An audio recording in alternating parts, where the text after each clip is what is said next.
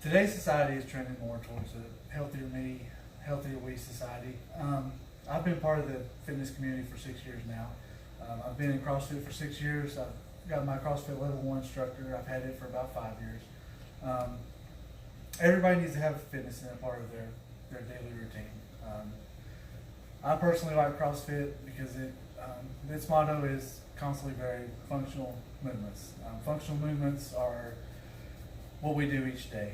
It could be either getting up off the couch, lifting something over your head to put in the kitchen cabinet, things like that. I know that we don't actually pick like a microwave up off the ground and put it on the cabinet, but the lifts that we do are more towards, geared more towards daily activities. Today I'm going to be teaching you the deadlift. There's two different styles of deadlifts that you can do. One's a sumo deadlift, and one's a conventional deadlift. I'll be doing the conventional deadlift today. Teach you how to do it and some things to look for when you're doing it if you messed up, if you want to videotape yourself and try to critique your work. First thing you're going to do is you're going to approach the bar. Your feet are going to be shoulder width apart. One way to do that is the knots of your shoelaces, you'll put them underneath the knurlings of the bar. The knurling is the part where it goes from rough to smooth right here. At that point, you're going to bend down. You're going to put your hands a thumb width apart from your leg right here. Some people like to do a double overhand. Some people like to do it alternating grips. It's just all on user preference. Most of the time, if people are using heavier weight, they want to do the mixed grip right here. You're going to wrap your hands around the bar. You're going to bend down into the bar, pulling the bar closer to you, to your legs. You're going to make sure you keep the lumbar curve in your back. You don't want to cat back it, as we call it, because that's where injuries happen. Once you get down here, you're going to make sure to keep your body almost a 45-degree angle, chest up, and before you chest up, looking out. You don't want to look up, you don't want to look down, just want to be looking out. Okay? Alright, then before you do the lift, take a big deep breath, engage your core, engage your hamstrings, your glutes, and your posterior chain. And then you're going to rise.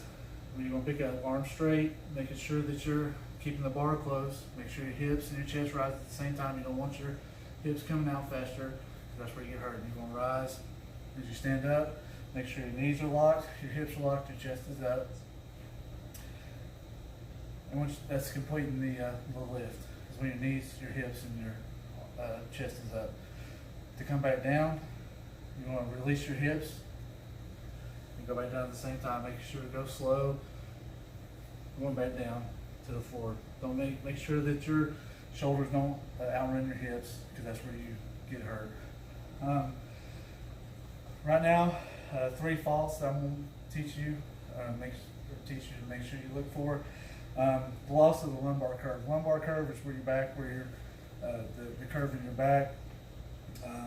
If you're lifting and you start to feel your shoulders lean down or your chest collapsing, drop the weight. Most of the time that means that you've got too much weight on the bar.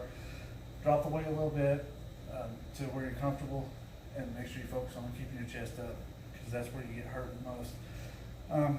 If your weight starts shifting out over your toes, like what I mean by that is if you're out here and your heels are coming up off the ground, what you can do is make sure you pull the bar close where it almost rides your shins and your hamstrings up, keeping your weight in your heels. And the last one, if your hips and your chest rise at different times, like I showed you, like when your butt comes up too fast or your chest comes up too fast and your heel or your hips are still too low, just try to work on your timing with that. Make sure that try keeping in the back of your mind, that my chest got to come up with my hips at the same time. That's all. How long do we get?